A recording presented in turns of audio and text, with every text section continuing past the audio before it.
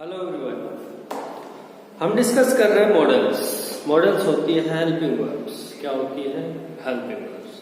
Helping verbs हमेशा carry करने वाली है मेन वर्ब। और जब बात मॉडल्स की हो, मॉडल ऑक्सिलरी वर्ब्स की हो, तो मॉडल्स के साथ हमेशा वर्ब की फर्स्ट फॉर्म हम यूज में लेते हैं। हम पढ़ चुके हैं कुछ मॉडल्स, वो थे will, shall, may, might, should. Today we are going to discuss some semi models. Semi देखिए, देखिए, अगर कोई टूर्नामेंट हो रहा है तो उससे पहले होता है सेमीफाइनल। फाइनल से पहले क्या होते हैं? सेमीफाइनल्स। तो सेमी का अर्थ है कि कुछ उसका भाग है, उसी का भाग है। यहां समझ लेते हैं कि कुछ मॉडल्स ऐसे हैं जिनका use as a main verb भी होता है, अब तक हमने बात की थी मॉडल्स हेल्पिंग वर्ब और हेल्पिंग वर्ब के साथ मेन वर्ब आती है। ये क्या है? हेल्पिंग वर्ब है। लेकिन आज मैं कह रहा हूं कि कुछ सेमी मॉडल्स हैं जिनका एज ए मेन वर्ब भी यूज होता है। तो देखते हैं ये सेमी मॉडल्स कौन कौन से हैं और इनके यूजेज क्या है। पहला जो मॉडल हम डिस्कस करने जा रहे हैं वो है यूज्ड टू। कौन सा मॉडल हम डिस्कस करने जा रहे हैं? Used to. देखिए, जो टॉपिक है हमारा सेमी मॉडल्स वो मॉडल्स हैं जिनका एज ए मेन वर्ब भी यूज होता है। तो देखिए, यूज्ड टू, जब बात हो मेन वर्ब की तो इसे यूज का उपयोग में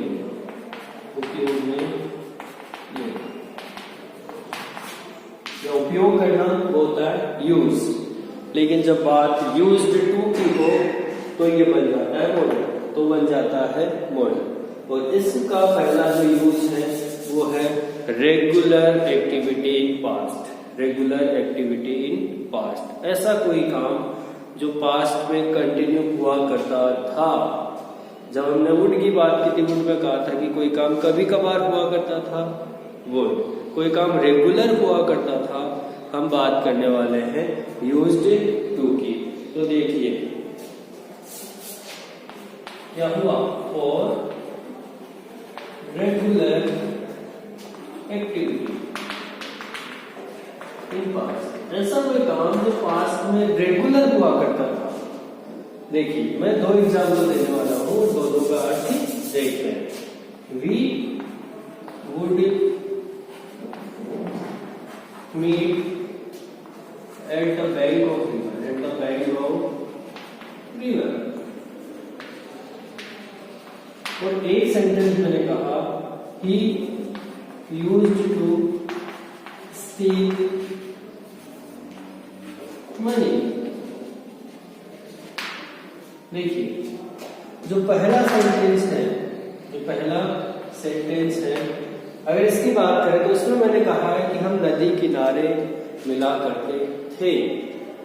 बात है ओकेजनल मीटिंग की। किसकी बात है? ओकेजनल, नॉट रेगुलरली ये काम नहीं होता था, ये कभी कभार हुआ करता था। नदी के किनारे मिलने वाला, अगर इसी को मैं कहूं कि हम रेगुलरली वही मिला करते थे, हम यूज करने वाले हैं उनकी जगह यूज्ड टू।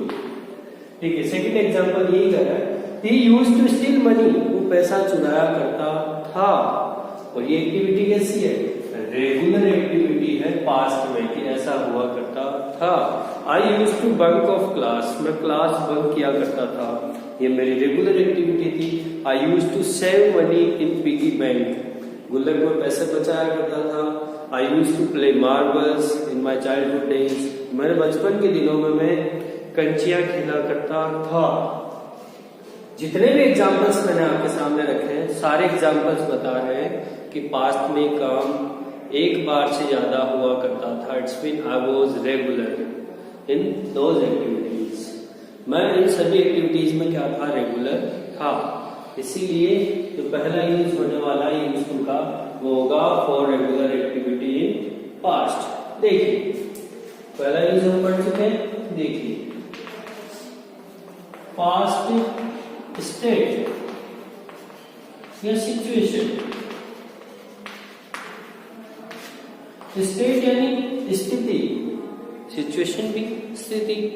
ऐसी किसी चीज की बात करें जो पहले हुआ करती थी अब नहीं है, जो पहले हुआ करती थी लेकिन अभी नहीं है। तो देखिए एग्जाम्पल देखते हैं।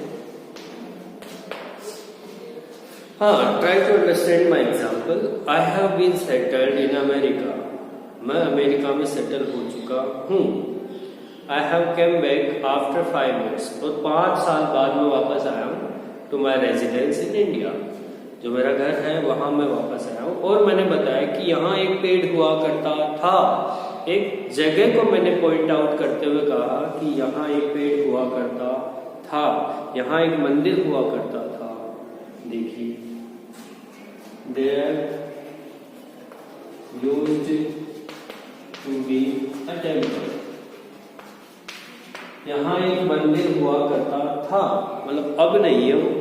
अगर अभी है तो हमें यूज को यूज करने की कोई आवश्यकता नहीं है।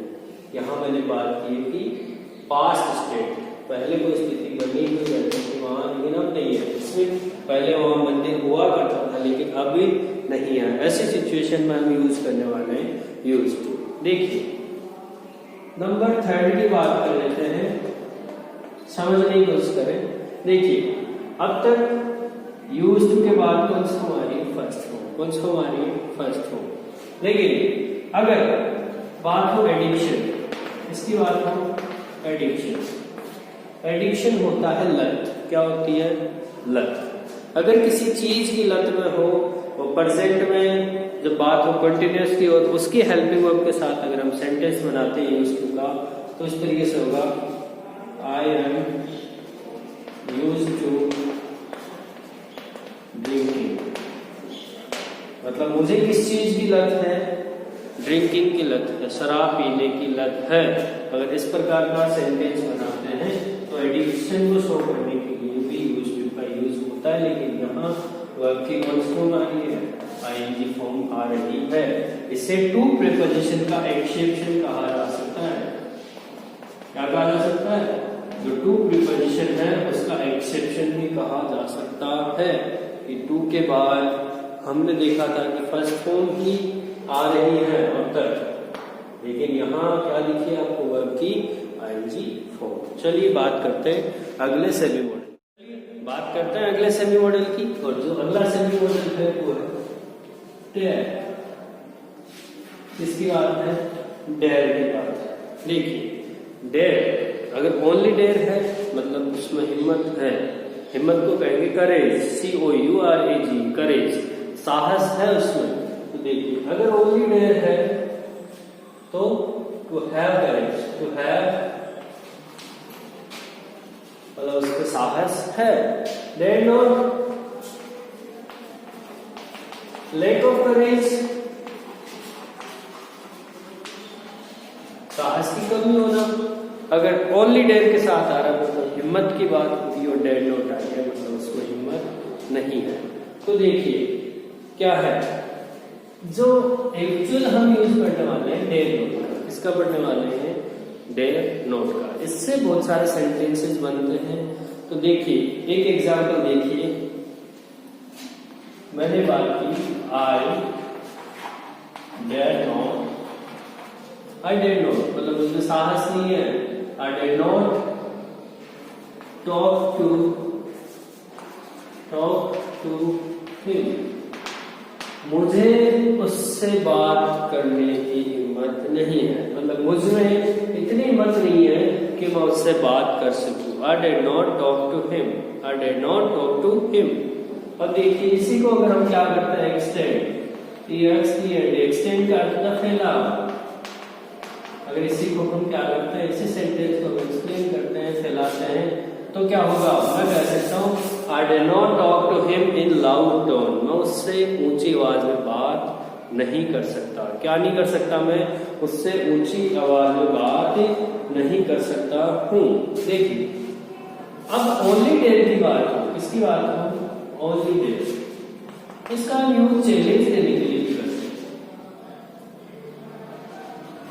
किसके लिए कर सकते हैं? चैलेंज के लिए भी कर सकते हैं।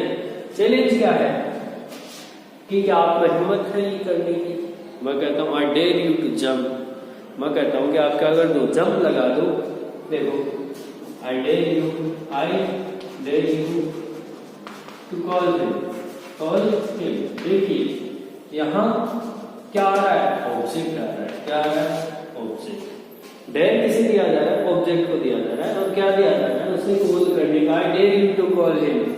मैं आपको चैलेंज कर रहा हूँ कि आप क्या करें, उसे कॉल करें। तो देखिए डेयर के दो ही यूजेस हैं। पहला है करेज दिखाने के लिए और करेज नहीं दिखाने के लिए। और सेकेंड यूज हमने देखा कि अगर क्या करना हो, किसी को चैलेंज करना हो, चैलेंज के लिए क्या करना हो, प्रोत्साहित करना हो, तो हम इसका यूज करने वाले हैं, डेयर का यूज करने वाले हैं। चलिए बात करते हैं हमारे लास्ट सेमी मॉडल। लास्ट जो सेमी मॉडल है उसकी बात करते हैं, नीड या नीड नोट। क्या बोलेंगे, नीड नोट। नीड, जब बात हम ओनली इस वर्ड की करें, नीड जो क्या है, एक तरीके से वर्ब है, क्रिया है। तो इस क्रिया का अर्थ क्या होता है, जरूरत। जरूरत होना। देखिए जरूरत होना, I need money. I need money. देखिए he needs help। he needs help। जो दोनों सेंटेंसेज आपके सामने हैं वहां नीड कैसे कार्य कर रहा है, as a man, as a man. क्योंकि हेल्पिंग वर्ब होता तो उसके बाद आपको क्या दिखाई देती, हेल्पिंग, सॉरी, अगर हेल्पिंग वर्ब होता तो मैन वर्ब आपको दिखाई देती। लेकिन ये काम ही कैसे कर रहा है, एज ए मैन वर्ब। तो ये मॉडल के रूप में काम नहीं कर रहा है। देख लीजिए एज ए मॉडल ये काम नहीं कर रहा है। एज ए मॉडल तो काम कब करेगा, ये जब नीड हो, क्या हो, नीड नोट के रूप में अगर हमारे सामने आता है तो ही ये एज ए मॉडल काम करेगा। तो देखिए ये कैसे काम करेगा एज ए मॉडल, एग्जांपल्स के साथ समझते हैं। पहला जो इसका बेसिक यूज है वहां देख लीजिए कि विदाउट कंपल्सन, विदाउट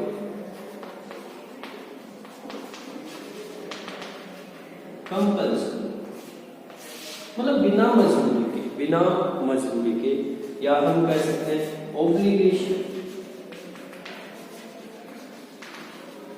जब बात हो नीड नोट की, देखिए खुद से ही बता रहा है कि आवश्यकता नहीं है, ना तो आपकी मजबूरी है, ना ही आप बाध्य हो किसी काम को करने के लिए। अगर ऐसी सिचुएशन है और सेंटेंस का मूड कर रहा है तो हम यूज करने वाले हैं नीडेड। किसका यूज करने वाले, needed. Let me give you an example. देखिए recently I got many dresses because there was wedding of my brother. देखो मैंने बहुत सारी ड्रेसेस खरीदी क्योंकि मेरे भाई की शादी थी। अब एक और शादी है, अब मुझे और ड्रेसेस खरीदने की आवश्यकता नहीं है क्योंकि मैंने recently, it's mean last week मैंने खरीदी थी। अब नेक्स्ट वीक एक और शादी है तो मुझे खरीदने की आवश्यकता नहीं है। मैंने फीस जमा करवा दी है, I have submitted my fee, I have paid my bills. तो अब मुझे चिंता करने की आवश्यकता नहीं है।